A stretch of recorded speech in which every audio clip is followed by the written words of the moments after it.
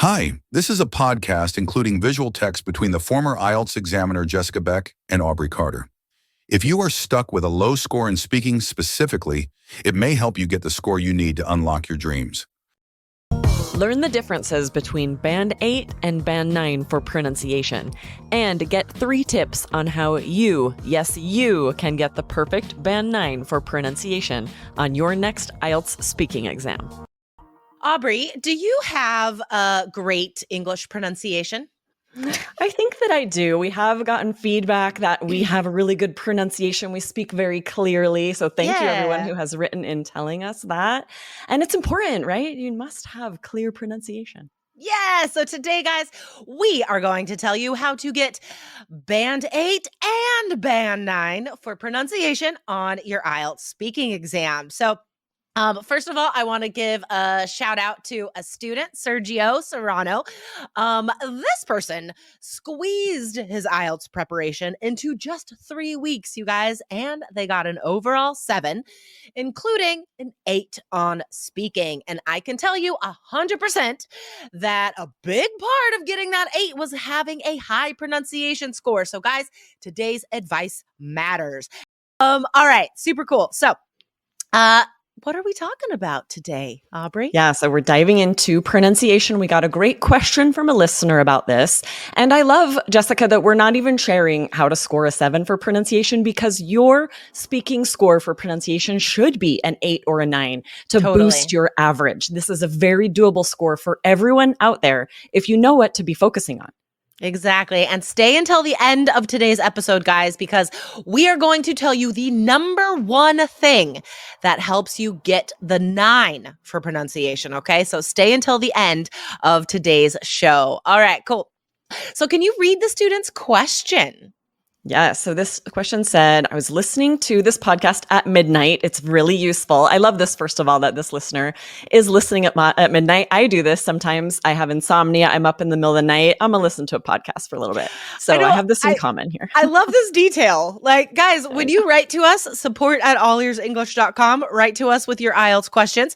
Share these interesting details with us. I just love picturing someone listening to our show and just being motivated to prepare for IELTS in whatever time you have, right? Because you have to fit it in. Yes, I love this. And then they said, you are lifesavers. Thank you. And awesome idiomatic language. And then they said, I wonder if you could do a podcast on pronunciation and how we can make our pronunciation better. And this is Mubashir 327. Really good question.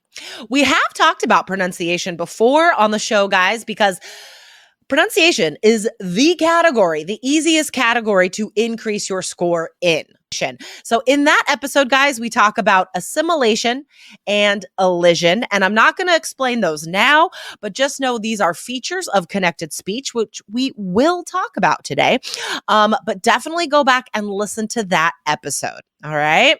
Yes, this is one of the things that you have to be doing to get that Band 9 pronunciation. Make sure you have those features of connected speech that native speakers use. So yes. All right. Let's dive into first the scoring system, because you guys need to understand exactly what the IELTS examiner is listening for in your speaking answers in order to give you a Band 9 for IELTS speaking.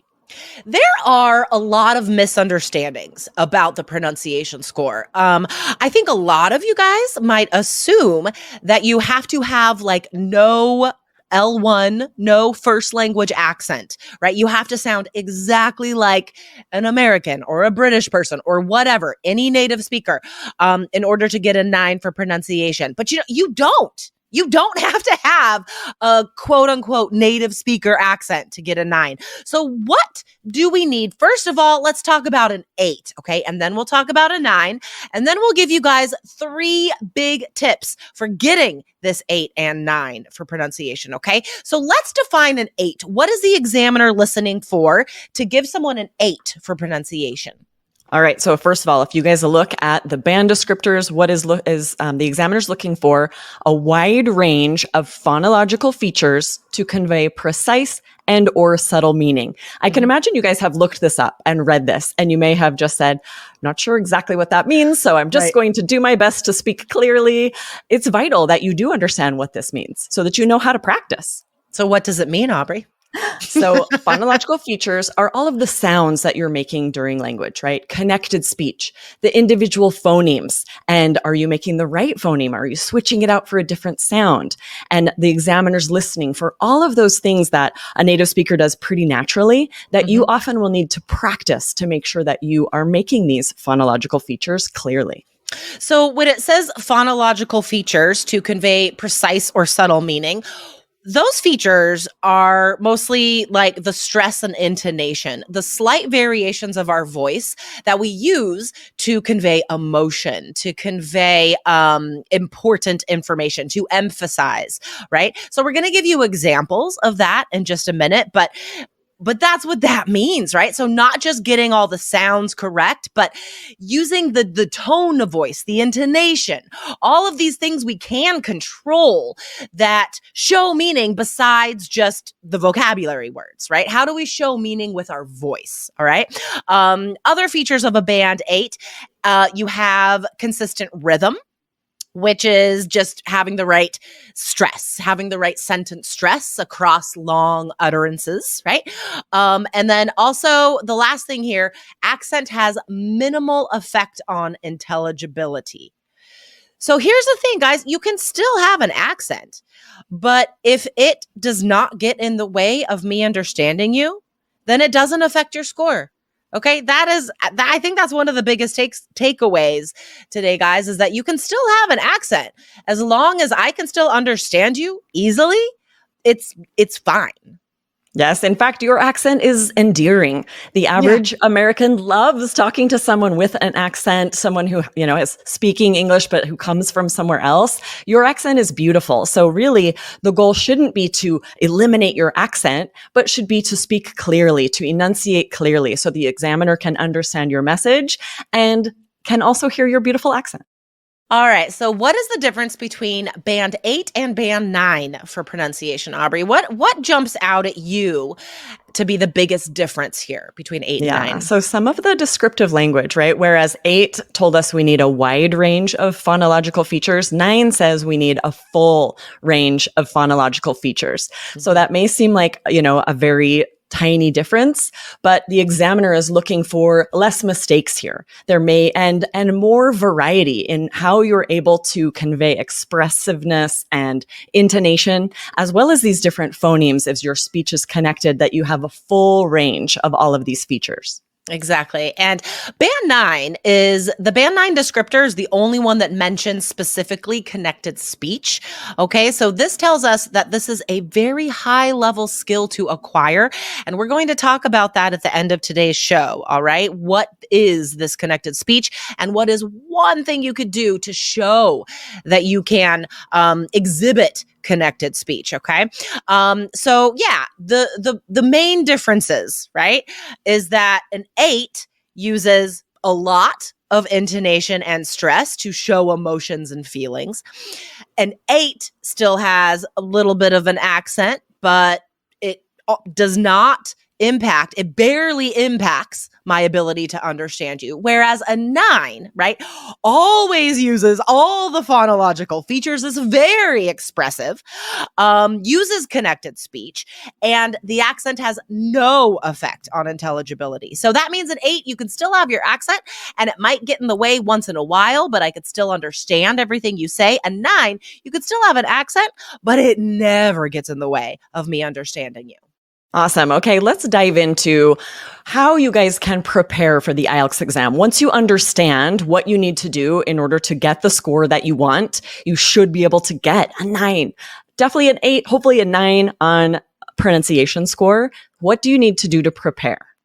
Okay, awesome. So if we're looking at that descriptor can be easily understood, accent has minimal effect, right? The way you can accomplish those goals is to first listen to a recording of yourself speaking English and identify the phonemes or the sounds that are incorrect, probably because of your first language. So maybe your first language does not have the TH sound.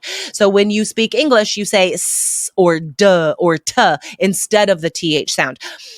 replacing those phonemes with the wrong sounds, guys, that impacts intelligibility. That gets in the way of me understanding you when you are saying the wrong sounds. Okay. So that is the first thing, guys. Identify the English sounds that are difficult for you, maybe because they don't exist in your first language. Watch some YouTube videos on what our mouth does to produce these English sounds, and then drill. Get a list of words with these sounds. Say these words out loud again and again to practice perfecting those difficult phonemes. Exactly. It's not enough just to know what the difficult sounds are. You have to know what your mouth needs to do, because this is a sound that's difficult to make from how you grew up using your mouth to speak your first language. Totally. This takes a lot of very conscious effort. You need to identify those sounds. Like Jessica said, YouTube's a great resource to discover what I need to do in order to create that sound. And then it just is a matter of drilling. Exactly. All right. So how do we accomplish this feat, this vague this vague goal, which is, it's difficult to define. How do we convey subtle meanings with intonation and voice? You know what I mean? Because it is individual to everyone. I mean, guys, you're listening to Aubrey and I every week, twice a week.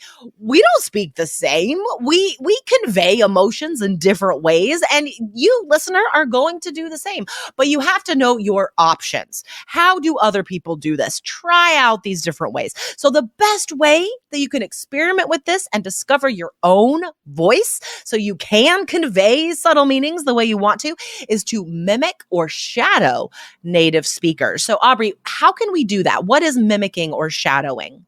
The best way is to take about 10 seconds of a YouTube video, a podcast, something where a native speaker is using interesting intonation. Don't pick a TED Talk that has monotone, right? You want someone who's expressive. You can hear emotion in their voice. Mm-hmm. And then listen to about 10 seconds and then pause it and repeat back that 10 seconds exactly as you heard it. You're going to hear this native speaker give space to words that they emphasize, and you'll hear their tone going up and down and changing. Yeah.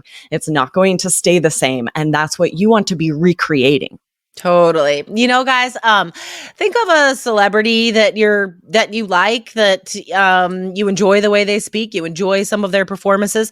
Find interviews on late night shows with these celebrities. Okay. That's when they are naturally themselves, but they're also still performing. And that's what you have to do on IELTS. Yes, you have to be your natural self, but it's also a performance.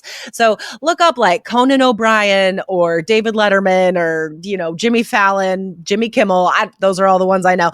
Look up some clips of people being interviewed by those guys and mimic those actors, mimic those celebrities in those interviews.